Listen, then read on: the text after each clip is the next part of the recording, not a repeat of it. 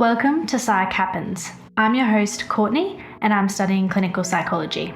The creation of this podcast has been a bit of a process, and kudos to those who get this done and consistently create content. It involves a lot of planning and organization.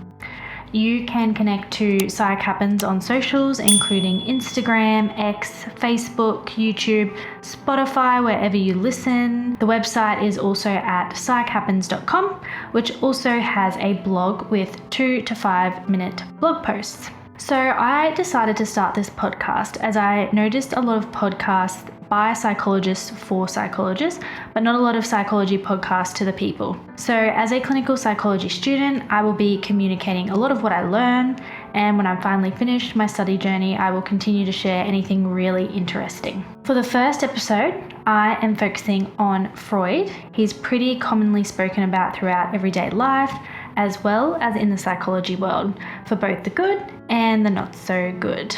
So I'm going to provide you with an overview of his life. This is going to be conveyed to you in kind of a chronological order, so it's a little bit easier to follow, and then I have added tidbits about psychology and different concepts. The content discussed in this podcast is intended for informational and entertainment purposes only. It is not a substitute for professional medical advice, diagnosis, or treatment. Always seek the advice of your mental health professional or other qualified health provider with any questions you may have regarding a medical condition. Never disregard professional medical advice or delay in seeking it because of something you have heard on this podcast. Episodes tend to refer to adult references, and therefore listen with caution and be mindful of where you are listening. Sources for each podcast episode are linked in the description. So without further ado, Sigmund Freud was born on May 6, 1856 in Freiburg, Moravia, which has a very complicated history of being part of the Austrian Empire, existing as an independent country, being ruled by Nazi Germany, and it is now part of the Czech Republic. So Sigismund Sklomo was initially his name. His father had named him after his grandfather, although Sigmund became his choice. Freud and his family were Jewish. Both his father and mother came from very religious families. Freud's home in Moravia was owned by a locksmith, and Freud's parents Jacob and Amalia Freud rented the first floor. Freud's father Jacob initially married when he was 17, and he had 2 children, Philip and Emmanuel. However, he became a widow and remarried in 1851 or 1852. The second marriage was to a woman named Rebecca before he married Amalia in 1855. It is unknown what happened to Rebecca. At the time of their marriage, Jacob was 40 whilst Amalia was 20. Her maiden name was Nathanson, and Amalia was described as an attentive mother, and Sigmund was considered her favourite child, with his mother's nickname My Golden Siggy. More evidence as the favourite. Freud had siblings Julius, Anna, Rosa, Mitzi, Dolphy, Paula and Alexander, who all shared a room, whereas Freud had his own. And when he told his mother that his sister's piano playing was disruptive, his mother removed the piano. Amalia believed in superstitions and signs, and one such sign was Freud being born covered in dark black hair, which she interpreted as special. She called him her little Moor as well as Golden Siggy. So Freud actually knew the impact of his mother's fondness, even writing later on that quote, "A man who has the undisputed favourite of the mother keeps for life the feeling of a conqueror, that confidence of success that frequently induces real success." The original house in Moravia has been transformed into a museum due to Freud's infamous status throughout the world. He only lived in Moravia for 3 years, and during this time his younger brother Julius died before he turned 1, and his father's wool business went bankrupt, leading them to move to Leipzig and then Vienna in 1860. This economic difficulty was compounded by the Industrial Revolution, and therefore machines were beginning to take over the human jobs, and including Jacob's, leading to uncertainty. Freud's relationship with his father was reportedly more intense than his mother's, and that he often brooded over corrections made by his father, who was considered more authority-driven than his mother. This was said to have confused Freud with 2 completely different parenting styles. This became even more confusing when he would go on forest walks with his father, which he enjoyed, as Jacob was more gentle during this time, which was in contrast to day-to-day. A key moment for Freud occurred when he was approximately 7, when he peed in his parents' room, and his father stated, "That boy will never amount to anything." And this statement appeared to haunt Freud throughout his life, during his dreams. He wrote about this throughout many of his works. It seems he was actually pretty motivated by this comment, but it also plagued his thoughts. This father-related inner turmoil is suggested by some to explain his entire life work. Critics suggest his work is just father-son conflict expressed outwardly. However, others suggest this is too simplistic an explanation, which I tend to agree with. During his family's arrival in Vienna, there was unrest for the Jewish people, although by the time Freud was 11, there was a change, with the Jewish people being granted equal status in the new constitution. However, they continued being snubbed in society. When Freud was growing up in Vienna, they lived in the Leopoldstadt, I have tried my best to say that one, which was considered close to the slums. Freud spent all his time studying and requesting quiet from the rest of the family. Freud attended an elementary school followed by the Sperl Gymnasium, which prepares students for college. Freud was considered outstanding, graduating with honours, and he was able to speak German, French, Italian, Spanish, English, Hebrew, Latin, and Greek. However, it should be noted he did use a translator for his works to be translated to that language, and still very impressive. I can only speak English, that's all. He wrote in his records that he was first in his class for 7 years. Freud's intelligence was clear from early on, and at the gymnasium he was known for his extraordinary memory. For example, he could repeat pages he read verbatim and write down lectures verbatim after hearing them. And to me, this sounds like an eidetic memory known in the street as a photographic memory, and I won't get into this too much right now, as memory and memory storage is very complex, although research by George Sperling is a pretty good start if this is something you would like to explore yourself. So returning to Freud and his gymnasium years, it was around this time that Freud witnessed wounded Austrian soldiers arriving home during the 1866 war between Austria and Prussia, and he actually used a map and flags to follow the Franco-Prussian War in 1870. He became interested in the American Constitution and the Gettysburg Address by Abraham Lincoln, where you may know the infamous phrases such as "all men are created equal," and of course a government of the people, by the people, for the people. Freud also became very interested in Mark Twain and read many of his works, as well as Shakespeare, philosophers, and popular works of his time. Around this time, his younger brother was also born, and the family made name nominations, of which Freud suggested Alexander after Alexander the Great.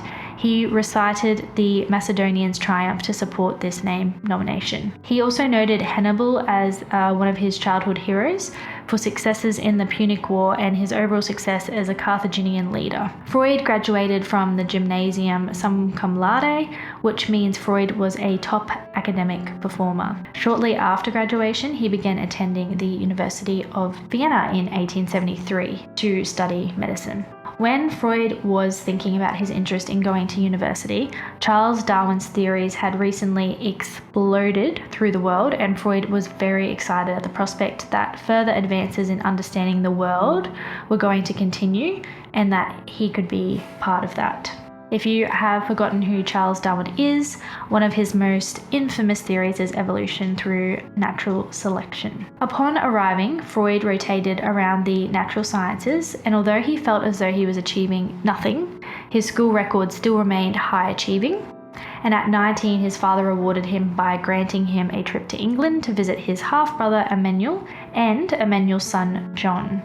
His brother Emmanuel wrote to his father Jacob and stated, "You have given me great pleasure in sending us Sigmund. He is a splendid spectacle of a fine human being, and if I had the pen of a Dickens, I could well make a hero of him." Quite the compliment. During his internship, he met Martha Bernays, a young woman from Austria. One thing stood in their way for marriage: Freud's drive for prestige and wealth. Therefore, he continued with his focus on studies before he would consider becoming married. And we will return to Martha further along the line. For his physiology studies, Freud studied under Ernst Breuer, and he thoroughly enjoyed his work with the teacher, and he spent 6 years studying under him, comparing human brains with vertebrates, which are frogs, crayfish, and other similar creatures. He was initially interested in zoology, and this is why he focused 6 years on this research, studying over 400 specimens. It should be noted that Breuer, his work at the time was impacting science everywhere and across disciplines such as physics and chemistry, and his physiological institute was pretty famous. Also, an assistant there at the time, known as Fleschel, was someone Freud also looked up to and noted that both of them were people he could respect and take as models. In 1879, Freud was thrust into military service as it was compulsory, and therefore his research work was interrupted for about a year. He was taking care of sick and injured soldiers during this time. So, whilst working with Breuer, Freud met Joseph Breuer, who was working on Hysteria. And Breuer was an Austrian physician and physiologist. And he was so well respected that many world famous Viennese practitioners had Breuer as their family practitioner. Breuer utilized hypnosis and claimed that his patient named Anna O had all her hysteria symptoms relieved using hypnosis through making unconscious processes conscious. You've probably heard of the unconscious and the conscious before, but maybe not exactly, so I'll speak to this just for a moment. Freud organized the human psyche into 3 components. The id, the primal instinctual part of personality that operates according to the pleasure principle. So this is immediate gratification of basic needs, desires, and impulses such as hunger, aggression, sexual desire, without concern for rules or consequences. So Freud stated in 1923 that the id knows no judgments of value, no good and evil, no morality. It is unconscious, and its task is to satisfy the instinctual needs of the organism. The ego is the logical part that operates on the reality principle. The ego helps with mediating unrealistic desires of the id and the external world, making decisions that are socially acceptable and realistic. And Freud stated in 1923, the ego is that part of the id which has been modified by the direct influence of the external world. The superego, the moral part of the personality that often represents the conscience or the ideal self. The superego strives for perfection and can impose guilt or shame when the moral standards are violated, which, believe me or not, having guilt or shame, well, guilt is quite important in learning when you're younger so that you can correct behavior.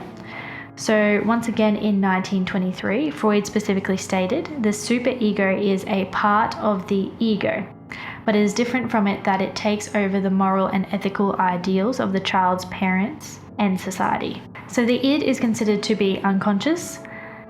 The ego is part conscious and unconscious by dipping back and forth to mediate the id. And even the superego has unconscious aspects we may not fully understand. So now returning to Anna O, her symptoms were hydrophobia, mental lapses, hallucinations about black snakes, skulls and skeletons, and partial paralysis.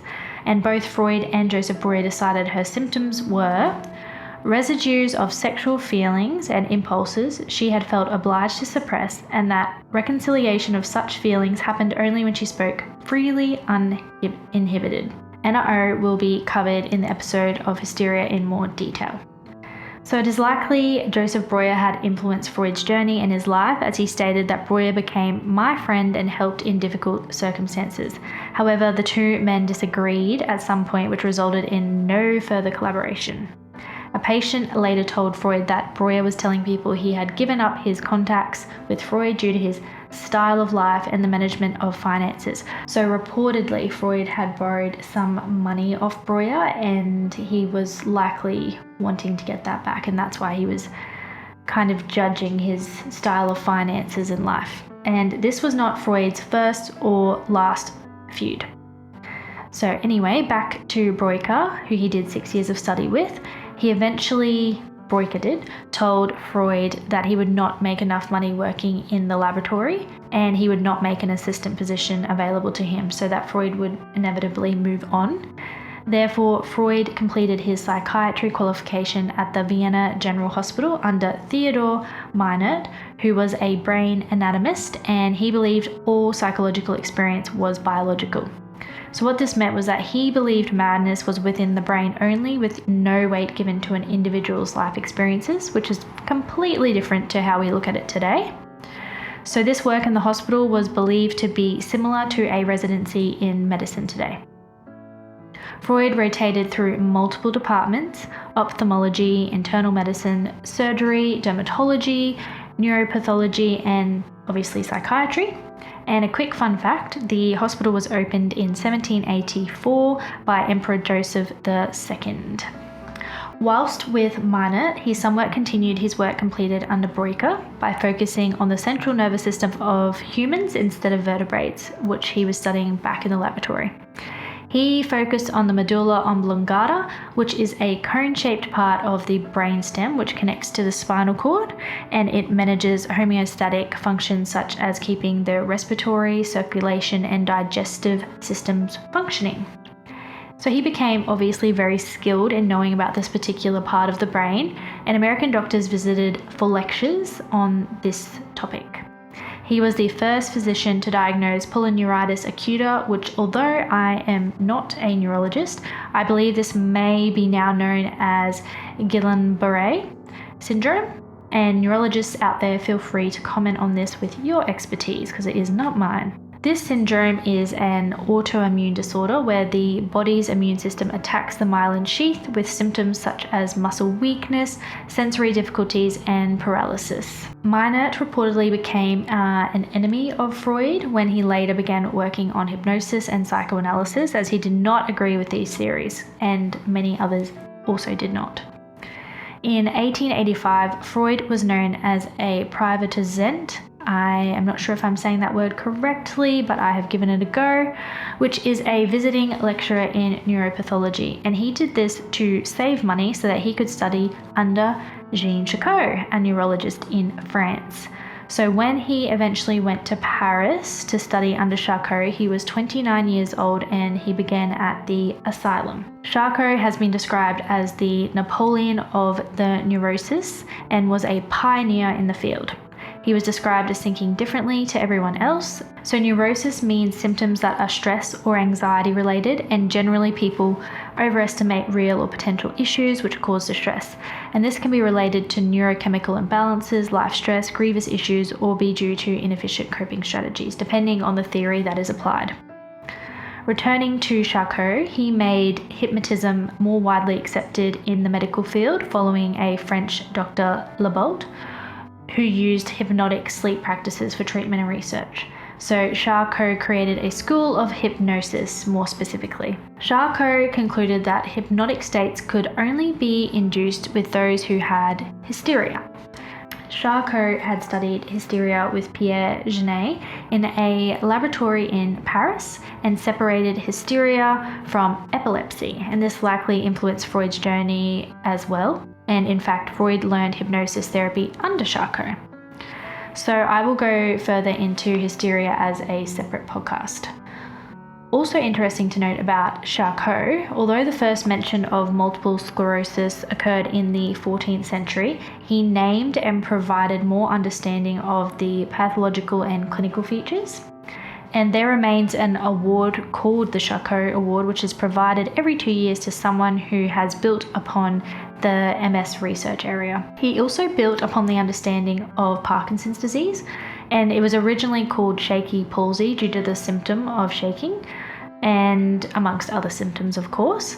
And he renamed it to Parkinson's disease after James Parkinson. Whilst in Paris working under Charcot, Freud felt lonely and noticed some auditory hallucinations whilst walking to and from the hospital. He would hear his name, and then at home he would delve deeper into the meaning of this at home. He also daydreamed about being someone's savior, such as jumping in front of a runaway horse to save someone and then responding by saying, "You are my savior, what can I do for you?" which is interesting because Freud seems to really want the external validation of others at this point in time. To reduce his loneliness, he offered to translate Charcot's lectures to German and soon became closer to Charcot. He found Charcot to be a great physician, a genius, and someone who changed his perception of perfection after knowing him. Freud was in Paris from 1885 to 1886, and he longed to be back with Martha, which led to restlessness, and he was distressed at the idea of sexual gratification outside matrimony, and therefore he began visiting the cathedral at the towers of Notre Dame. He was actually Jewish, so this is an interesting thing to do, but he did seek the comfort in this location, and it is unknown what he thought about whilst there. He didn't write about this. And throughout his journey in finishing his studies, he continued to worry about contributing to the world. Whilst he missed Martha, he was also concerned his wife would stop him from becoming famous.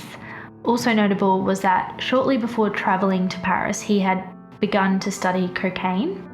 He had told his friend Carl Koller that he believed cocaine might be useful for eye diseases due to its properties of anesthesia. This led to his friend experimenting and eventually presenting this to the Ophthalmology Congress, and this led Koller to officially discover cocaine as a local anesthetic. Freud stated in his autobiography that he did not hold a grudge towards Martha due to being disrupted in his studying of cocaine. However, this haunted his dreams as he felt he had failed to receive the prestige.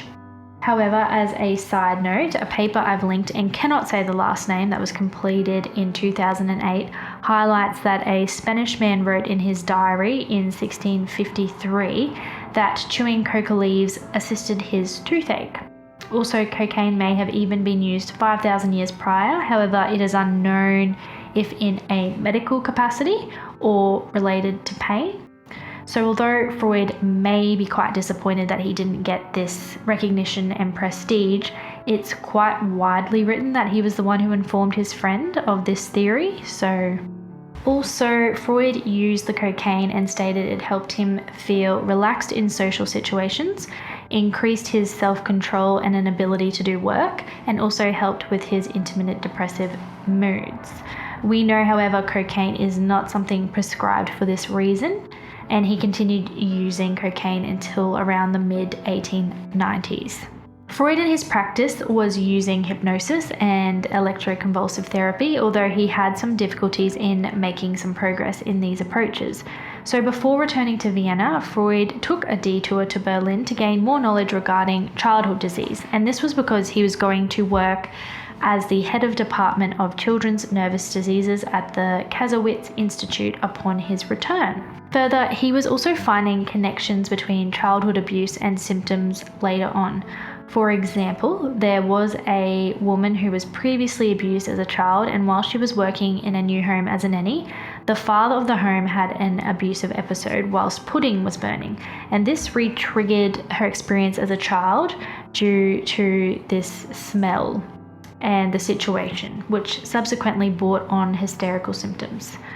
From this and more similar circumstances, Freud then concluded all hysteria was in response to sexual abuse in childhood, and that unconscious sexual urges began as an infant. So quite a large overgeneralization here. Some other case studies include Lucy R. and Elizabeth, who experienced physical symptoms and traumas triggered through smell or familiar past situations, in which he concluded their issues were also sexual. For Lucy R., he concluded that her hysteria symptoms were due to love for her employer, and for Elizabeth, forbidden love for her brother-in-law. And this and similar theories were really not received well in society. In 1886, after Freud began working at the Institute, he married Martha Bernays. Martha had a pretty turbulent upbringing. 3 of her siblings died in infancy, and Martha's father was jailed when she was 6 for fraud, when he conducted shady deals in the stock market. Martha's older brother Eli died when she was 11, and her father also died 7 years later from paralysis of the heart. Interestingly, Martha's mother appointed her a temporary guardian when her father died. the father of Bertha Pappenheim, also known as Enna O. So with Martha, Freud had 6 children. The oldest child, Matilda, was born in 1887 and named after Matilda Breuer.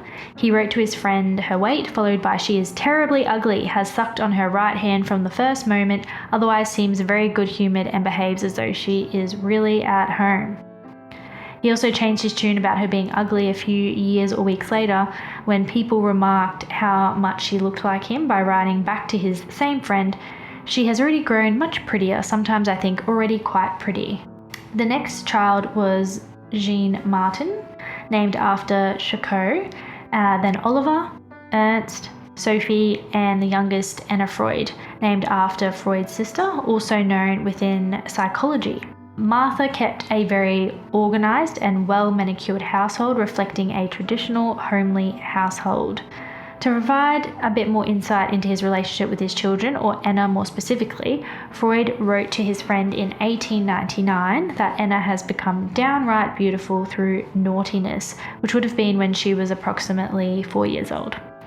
Anna also continued living with Freud and Martha until his death, so she likely grew out of this naughtiness as expected. From Anna's perspective, as reported by the Freud Museum London, she reportedly felt very overshadowed by her siblings and felt her mother was very domineering. Anna also had a rivalry with her sister Sophie, of which upon Sophie's marriage and moving out, Anna wrote to her father, "I am glad that Sophie is getting married because the unending quarrel between us was horrible for me." Freud no doubt loved his children by stating to a colleague at one point that he had 3 boys and girls and that they are my pride and my riches. He also noted that the procreation of children for all men the only means of access to immortality. Some more insight into the home life. It was reported in the Sigmund Freud documentary on YouTube that Freud also took his patients on holidays to continue his work, which is interesting to say the least and very unethical today. His relationship with Martha was also unusual, as he had insinuated Martha was not fit to look after the children if something happened to him. He had asked for his wife's sister and his friend Otto instead. Unsure what this is about, but there's likely some information out there. There's just a lot of information to sift through. But he also noted how normal Martha was, and it was suggested that she was a very big support throughout his life. However, as mentioned before, he also believed she was stopping him from becoming famous at times.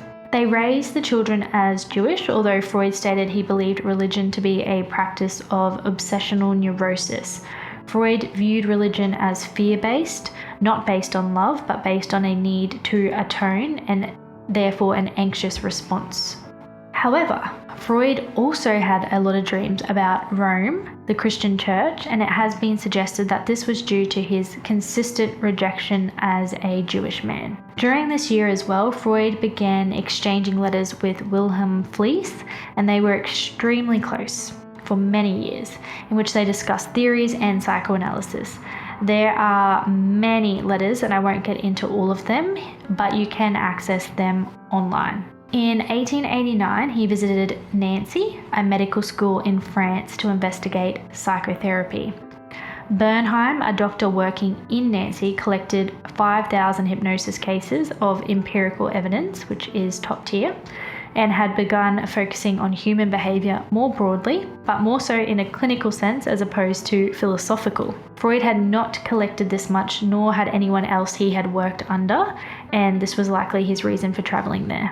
In 1895, a year after Anna, his youngest child, was born, Freud published Studies on Hysteria with Joseph Breuer. And shortly after was when they had their large disagreement. Freud wrote, "He had taken over the duties which my father could no longer perform, and when our friendly relations began to alter for the worse, I was thrown into the same emotional conflict as that which arises in the case of a misunderstanding between father and son." This also occurred with Meinert when their feud occurred, this father replacement, and as previously stated, he had issues with his father, so he may have been trying to remedy this, which we'll get into Freud's concept of transference at some point. Also important to note, Freud was not excited about the fact that his father was not a significant figure with prestige, and in his dreams he made his father a professor or a privy councillor, which is a formal body of advisors to the United Kingdom, or otherwise known as a politician. So therefore it has been suggested that all the professors and older colleagues he worked with were a surrogate to his father, and with the complicated relationships, this meant he both wanted their approval whilst also expecting disapproval or rejection. This could be, and I emphasize could be, some kind of attachment issue. Freud eventually became very cautious about the suggestibility of hypnosis and instead moved towards free association, speaking freely without censorship or guidance as much as possible. So that's when a patient will come in and talk freely, and the therapist will point out parts or highlight parts that are important and really encourage the individual to not judge themselves and speak really openly. It was at this time that he decided to sit behind patients and wrote, "I cannot allow myself to be stared at for 8 hours a day." And it's suggested by some to be quite an interesting thing to write, since he spent pretty much all of his waking moment analysing himself and his dreams. He's quite comfortable at looking at himself, but not others in judging him, which is very interesting. During his exploration of free association, he discovered that many people had either forgotten or were reluctant to talk about difficult situations during the free association. And this led to Freud coining the terms resistance and repression, which are key parts of psychoanalysis. So resistance meaning effort to prevent the past situation from arising again, and repression meaning unconscious denial of access to these past situations. Other defense mechanisms to cope with anxiety and conflict between the id, ego, and superego include denial, which is refusing to acknowledge the reality of a situation; projection, attributing one's own unacceptable feelings or thoughts onto others; displacement, redirecting emotions from a threatening target to a less threatening one; rationalization, offering a logical but false explanation for behavior or thoughts; sublimation, channeling unacceptable impulses into socially acceptable activities like artistic creation or athleticism. And he continued developing his theories of mental health difficulties being linked to sexual functional disturbances as well. And this is highly controversial, and this is what got him that reputation and made him quite famous. Freud also stated anxiety was due to undischarged excitement and abstinence, whilst neurasthenia, excessive sexual gratification. The theories of infantile sexuality were validated by his patients for some time. However, he soon discovered them to be untrue, and he questioned altogether his new techniques. These were pretty much discovered to be untrue when family members came forward and said, "There's no way this has happened for this client," and that's when Freud started to kind of question some of his theories around that. The scientific world and medical world believed Freud to be too suggestible to his patients, and that he was possibly forcing these scenes of infantile sexuality onto them. Whilst there are no patients alive today, we cannot really test this theory. However, it is important to understand the huge power imbalance and influence that a therapist can have towards their client. In 1896, Freud's father died. Freud wrote to Martha the following: "You know, of course, that my father died a little while ago. You know how difficult it was for me to live through the weeks preceding it. Now, in a way, I feel freer, and I believe that his death has given me a new impulse. It is as though I've been shaken out of some old lethargy, and my thoughts have found a new sense of direction." However, just before this, he had actually already noted he was in a rut and at a standstill. He wrote that he suspected something great was soon to come by writing, "I am in a cocoon, and God knows what kind of beast will crawl out, and that something from the deepest depths of my own neurosis has put up resistance against any progress in the understanding of the neurosis." He had also written to his friend Fleece that he no longer believed in his own seduction theory, that all neuroses come from sexual abuse in childhood, although he didn't let the world know this and seemed to still pursue this line of thinking. In 1899, he published The Interpretation of Dreams, and this was when he was 43 years of age. And this book is one of his most known works, and there will be a completely separate podcast about this, an episode. It should be noted, however, that it was within this book that he talks about the Oedipus complex, and he wrote about this in detail, which will also be covered later as well. Throughout this work and the numerous works he completed, as well as the constant self-reflection and self-exploration he undertook throughout his life, he appeared to make his life his work.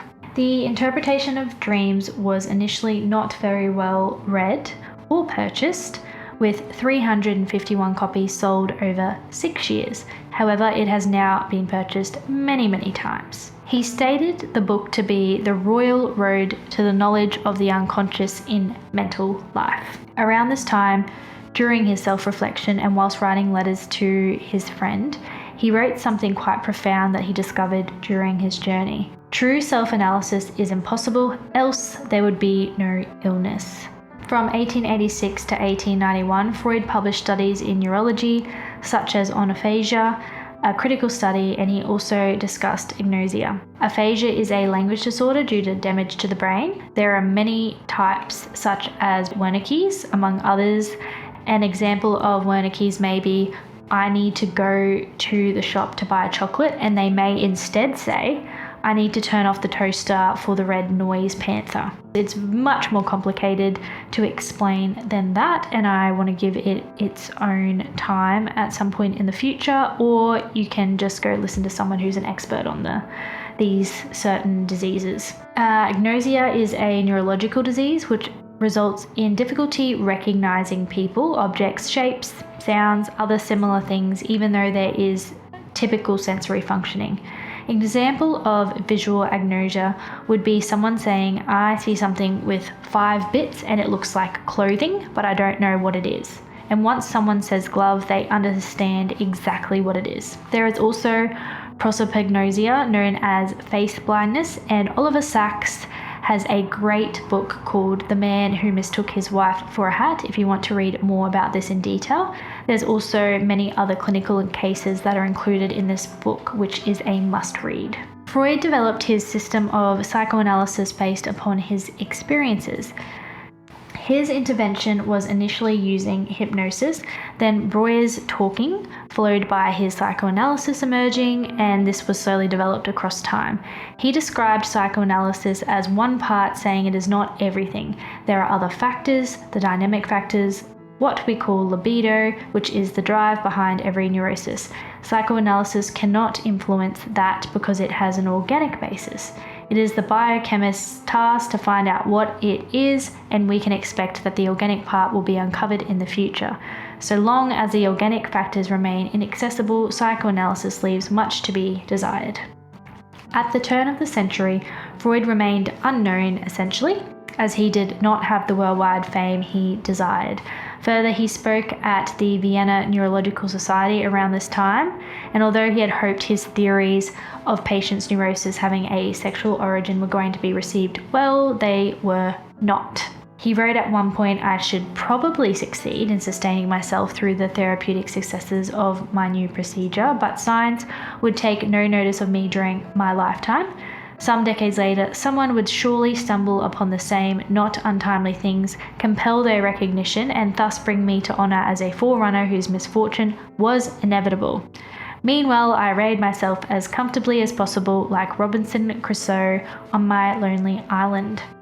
So it seems Freud may have had a crystal ball, because it wouldn't be long until he got that recognition he so desired. And even now in 2025, it has been around 125 years since he made this statement.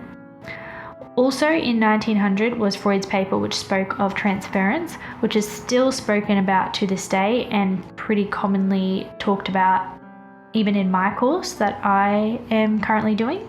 In transference, the patient acts out the feelings he has for his parents or other authority figures, transferring them to the therapist. This is written in studies on hysteria, which will be covered in the following episode. Freud, although rejected by the community, continued on with his research and the development of what would become psychoanalysis, and I really can't help but respect the resilience and perseverance despite continuous rejection. By 1902, he had a group of people around him who had found analytic therapy beneficial, and one individual, Wilhelm Stekel, later published Dream Symbolism. They all met weekly to discuss, whilst the outside world would laugh when Freud's name was mentioned or avoid mentioning him altogether as it was considered bad taste. Together, the group would meet at Freud's house, where he would sit at the head of the table. His two closest friends sat behind him, and they would begin by reading a paper related to psychoanalysis, in which he would state his position clearly, for or against, and why. He would keep it simple without using colourful or confusing language, and the last word of the discussion would be his. They would also speak about their own experiences, even though some were odd and would still be considered taboo conversations to be having today. So, for example, Max Steiner stated he was experiencing psychosomatic symptoms during a time of sexual abstinence. However, when he started having an affair with the wife of one of his friends, the symptoms went away. Another, Rudolph, had spoken about his sexual development and admitted to experiencing sadomasochism. In 1906, there were 17 members of the group. 2 people outside of the group had visited and observed, and Max stated that Freud was all too far ahead of the others, and the other, Ernest Jones, seemed to pretty much say that Freud was out of their league. But he also pointed out the fact that there was so much prejudice against Freud that a lot of people wouldn't have participated in this group because they were worried about reputation. Freud then started delivering lectures on a Saturday evening across from Fool's Tower, which had apparently chained the insane to walls until the early 1800s. Some sources also say that mentally ill patients were actually treated well here, and that it was for protection that they were placed in this tower. But there were cells and straitjackets, and they were allegedly also chained to the beds. There were also rumours that the emperor would stand at the top of the tower to absorb all the energy of the patients, as it was his belief that they had so much energy they could not contain, and it would travel upwards like invisible smoke. During the lectures, Freud spoke for 2 hours without notes, and topics included dream interpretation, repression, structure of the neurosis, and the unconscious. Following this, he would meet 2 friends at his house to play Tarok, a card game traditional to Vienna, and they played this for decades. His house was at 19 Begas, which was located in the noble ghetto, and mostly Jewish people of the middle class lived here. This house was renovated in 2020, and the Freud Museum is how you can access the exhibitions and tours. Freud's first floor was his consultation room, and the upper level was for living. And of course, he met his friends at his house for the discussions that I previously mentioned. A situation I must mention is Freud's willingness to support his friends for some of the circumstances. So, for example, when one of his friends who attended the group discussions, Graf, had a son, Freud carried a rocking horse up 4 flights of stairs for the child's 3rd birthday. However, this same friend noticed that if someone disagreed with his psychoanalytic ideas, he would take it quite personally, and therefore it was difficult to sometimes add to these discussions. Even more confusing was that he once wrote about his friends and described them as this crapule which surrounds me. So I'm unsure which friends had surrounded him at that point in time, as people were entering and leaving the group, and his 2 closest friends, Otto Rank and Alfred Adler, broke away from him and pursued their own scientific investigations. Freud really respected Adler for his determination and the fact that he pursued his own ideas. A little bit more insight into Freud's routine. He would analyse patients from 9 to 1, go for an hour walk, do consultations until about 7:30 and patient work as well. He would then study and write till approximately 2 a.m. in the morning, sleep for 5 hours, and then on the Wednesdays he had discussions, and on Saturdays the lectures. So he had quite the busy week and life. From the end of June until the end of September, he would actually go away on holidays. He would leave Vienna, and this continued until he got older and couldn't travel anymore. So eventually there became psychiatrists willing to apply Freud's work. So Eugen Bleuler and Carl Jung. In 1902, Jung had published work regarding dream interpretation, and in 1903 and 1904, They were actually treating patients by applying Freud's theories and approaches. In 1907, Jung and Bleuler spoke about Freud throughout the hospital they worked at, the Bergholz, hopefully I said that correctly, and they met once a month to discuss psychoanalysis. However, just prior to this, in 1905, Freud had published 3 essays on the theory of sexuality, and people responded with phrases describing pornographic stories about pure virgins and that the psychoanalytic method was mental masturbation. So not very positive reviews. A shift occurred in psychiatry at this point in time when Jung started speaking more openly about Freud, and the conversation and conceptualization of patients moved away from labeling and instead on why there were particular symptoms. So instead of a label such as anxiety disorder, it was where does the anxiety come from and why. In 1906, Jung wrote Psychology of Dementia Praecox, which was a pivotal work and made him a pioneer in the world of psychiatry and psychoanalysis. And this term, dementia praecox, is actually now known as schizophrenia. Jung and his colleagues were coming up with their own ideas whilst also building upon Freud's work. Jung's stance regarding Freud's work was not to discredit him without first attempting to replicate, and more specifically he said, one should not judge Freud, else one acts like those famous men of science who disdain to look through Galileo's telescope. In March 1907, Freud and Jung actually met at Freud's house and spoke for 13 hours straight, and he later wrote to Freud that the trip was an event in the fullest meaning of the word. The debate about sexuality in psychoanalysis remained, however, and Jung wasn't quite convinced. In 1908, the first psychoanalytic congress was hosted in Salzburg and the second in 1910 at Nuremberg. Throughout this time and his life, he continued to wrestle with his Jewish roots, and he realized at some point in time that he was Jewish, and it always seemed to him that it was shameful and senseless to deny it. In 1909, he traveled to America via ship with Jung, and he remarked that he disliked the people and he disliked the country. He also told Jung he kept dreaming of prostitutes, and Jung suggested doing something about it, and Freud replied, "I'm a married man." Freud had received an honorary degree from Clark University in Massachusetts, and this was the Doctor of Laws, and he spoke there about psychoanalysis and stated that the introduction of psychoanalysis in North America took place with particular marks of honor. By 1911, psychoanalysis was being used throughout the world. Whilst Jung was still in America in 1912, he actually also informed Freud via letter that he was soft peddling the sexual aspects of psychoanalysis, which Freud was absolutely infuriated about. Others were also feeding back to Freud that the emphasis on sexuality was a complete mistake in psychoanalysis. Also in 1912, Alan Starr, who previously worked with Freud, kind of mocked Vienna and Freud by saying that they were not moral or on a high plane, and he stated that Freud was no self-repressed. His scientific theory is largely the result of his environment and of a peculiar life that he led. That's what Alan Starr said. And at the following Congress, Jung focused on his ideas and had previously suggested dreams express the divine in man, so meaning that during dreams a human can access the divine, and Freud really disagreed with referencing man to divinity, and a significant rupture occurred and never fixed. They became Freudians and Jungians. Shortly before, Freud had also cast his good friend Alfred Adler out. Jung had suggested religion and ethics as the substitute for sexuality in psychoanalysis, and therefore Freud completely disagreed with this. This led to them going their separate ways. Freud wrote to Jung in 1913 stating, "I propose that we abandon our relations entirely.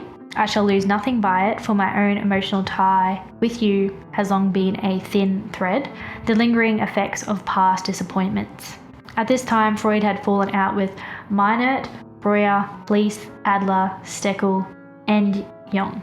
So just some of his feuds, I suspect. Around the time of the First War, Freud's idea of the unconscious, particularly the impact of the unconscious on our conscious lives, was making marks as well as the impact of dreams. There remained controversy regarding his other terms such as repression, resistance, reaction, formation, projection, and rationalization. Freud did build on his thoughts of neurosis originating from sex, and he theorized that energy accumulates in the body in certain organs and that releasing the tension can be likened to appetite, such as needing to eat or drink. However, he stated the tension requires sexual intercourse to release. In naming this desire for pleasure in the whole process, he called it sexual erotic or libidinous, and people once again found this very hard to accept or understand. This was also true for the Oedipus complex, as this story of Oedipus involved parricide, which is the killing of a parent. Freud believed sexuality to be divorced from its too close connection with the genitals, and as a more comprehensive bodily function, having pleasure as its goal, and only secondary, coming to serve the ends of reproduction. In the second place, the sexual impulses are regarded as including all of those merely affectionate and friendly impulses to which usage applied the exceedingly ambiguous word love. And that little quote is quite the mouthful, and Freud did like to write in a very creative and colourful way. In 1913, he published Totem and Taboo, which is related to culture, religion, and spirituality. And this is the same year Freud and Jung went separate ways. Totem and Taboo has a lot to unpack as well and can be covered in a separate episode. Over time, he also published around 60 to 70 clinical papers, a number of books, including Character and Anal Eroticism, and books on topics such as the types of love, anal sadism, and general character types. He also published Delusion and Dream in Jensen's Gravida, Leonardo da Vinci, a bit more of analysis on him, a study in psychosexuality, and the Moses of Michelangelo. His critics continued to build, which is inevitable when you are well known, and during the peak he avoided public discussion and answered criticism with just positive accomplishments. He was very cautious about the outside world and others, and when war came he was not ready for this. In his personal life, Freud had two sons, Martin and Oliver, as well as a son-in-law fighting on the side of Germany. Many of his friends and fellow psychoanalysts also went to war, and rations were imposed. Freud continued to smoke about 20 a day, and a little bit more about his personality. He reportedly became very annoyed when people would not smoke. He just could not understand why someone wouldn't really want to smoke. By 1930, Freud had remained passionate about German nationalism until anti-Semitism was really increasing. He had stated, "My language is German, my culture, my attainments are German. I considered myself a German intellectually until I noticed the growth of anti-Semitic prejudice in Germany and in German Austria. Since that time, I considered myself no longer a German. I prefer to call myself a Jew." He reflected on war quite a bit, and some key parts he wrote included, "There must be wars, and if you desire peace, prepare for war." So he seemed to be on the school of thought supporting war. This same year, 1930, Freud's mother, Amalia, died at age 95. Freud wrote to his brother Alexander, "Now that mother has gone, I feel in a sense like an orphan, but I am not in a state of great distress. Of course, I feel the loss, but I am holding up better than I thought I would." This letter can be found in the Complete Letters of Sigmund Freud to his family, edited by Ernest Freud. Also over time, a continued theme which followed his writing about Leonardo da Vinci was the importance of a mother for a child. I may do an additional episode about Leonardo da Vinci, as Freud wrote about him and analysed him. However, I will speak about one person who is likely known to a lot of the Western world, and particularly the Commonwealth, and that is Princess Alice of Battenberg, the late Prince Philip's mother and the late Queen Elizabeth's mother-in-law. The following information is extracted from a paper by Denny Nobis. Princess Alice encountered Freud in 1930 when she was 45 years old. In 1929, after visiting her mother in London, Princess Alice became convinced that her hands had healing power. She would lie on the floor of the house in St. Cloud in order to connect herself with the forces coming from above as well. She was observed to become more attached to material things. She became more mystical and at one point stopped communicating at all. Princess Alice informed Margaret of Denmark, who lived nearby, that she was a saint, and in a letter she informed another that she had become the bride of Christ. Princess Marie Bonaparte who was a friend of Freud's and of Princess Alice, informed Freud of the situation that was occurring. When she arrived at the clinic, she was starving herself as a form of punishment for being a sinner. Dr. Nicholas Lauros diagnosed Princess Alice with psychosis, and Dr. George Simmel diagnosed schizophrenia, paranoia, with delusions. Simmel was unsure how to proceed and therefore contacted Freud. Freud recommended an exposure of the gonads to X-rays in order to expedite the menopause. It was believed that the menopause would have been causing the psychosis, and Freud actually believed that this would rebalance her hormones and bring on vitality. Although to us in 2025 this may seem odd, in the 20s and 30s this kind of technique was actually being used in other locations. However, what is questionable is that Princess Alice was told that the Lord Jesus Christ had suggested it, so there was a little bit of manipulation happening here. The treatment seemed to work at first, however, she had many more admissions following this, and after 1932 lived a nomadic life around Europe for about 7 years before settling in Athens around World War II. She was working in soup kitchens and provided shelter to a Jewish family before establishing her own religious order on Tinos, a Greek island. I should also mention that previous to admission, Princess Alice was awarded the Royal Red Cross by George V for establishing a field hospital during the Balkan War and organising the medical personnel and treatment for injured soldiers. She did wear nun clothing as depicted in the TV show The Crown. Further, she also did have a hearing impairment as depicted in the TV show as well. She left Greece in 1967 to live at Buckingham Palace until she died in 1969. As Freud got older, he would visit the art museum and attended the theatre, sometimes to watch plays such as Hamlet. However, music made him very uncomfortable, and I can't comment more on that, so there's probably somewhere written a reason to that. In 1930, he received the German Literary Award and remarked it as the climax of my life as a citizen. For his 75th birthday, his birthday was celebrated across the world. Vienna, London, New York, and the Vienna Medical Society, who previously snubbed and rejected him, made him an honorary member.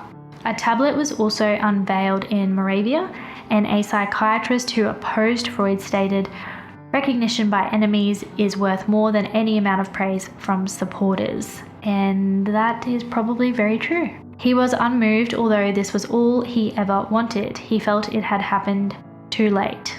At his 80th, he also responded in a similar manner. He didn't want to be seen in public anymore, and he had finished his work, so he didn't really see a reason to be communicating with others.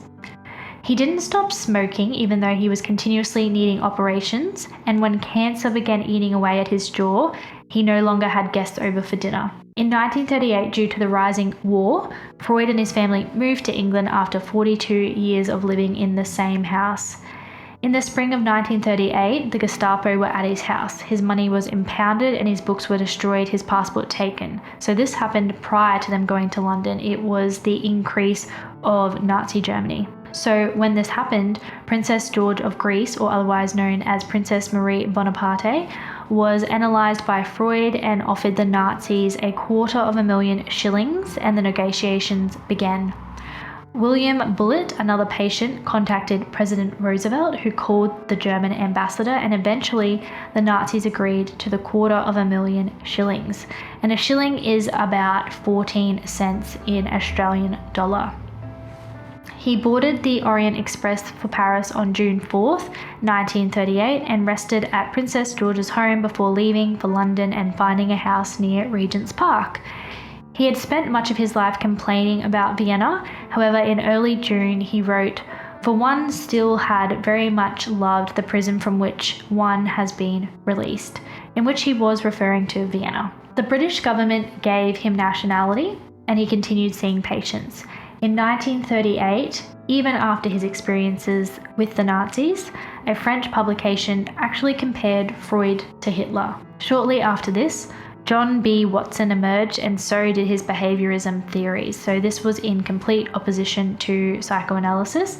This is when the behaviorism wave started to come into psychology, which was more psychiatry at that point in time. 3 weeks after Great Britain declared war on Germany, Freud died on September 23rd, 1939 due to oral cancer. Freud's funeral was at Golders Green Crematorium, with his ashes being kept in a 2,200-year-old Etruscan vase in the East Columbarium, Golders Green. Freud and Martha were married for approximately 53 years upon his death. And that is the life of Sigmund Freud. I want to say that I did barely scratch the surface when it comes to Freud, and there is a lot to learn, and no one can really know everything. I think, though, what resonates with me the most is that Freud had this continuous drive for prestige and fame, and he would spend every waking hour analysing, seeing patients, and really having this incredible work ethic, maybe to his detriment. But when he finally received the acknowledgement that he completely wanted and desired, he was weathered and exhausted and really quite uninterested. And was it really worth it? Did he actually enjoy what he was doing, or was the drive for becoming famous and having this prestige what stopped him from living life? And I also want to point out the fact that he did use cocaine for intermittent depressive moods, as reported. So was he really enjoying his life when that was occurring, or was he trying to get through it? Nonetheless, a very interesting person, and continued to be talked about today. And I guess that's why I really wanted to do my first podcast episode on Freud, and to really look at him in depth, because he is such a key part of psychology, for the good and the bad. I'm looking forward to hearing what people want to hear about. So thank you for listening to Psych Happens. Have a lovely day.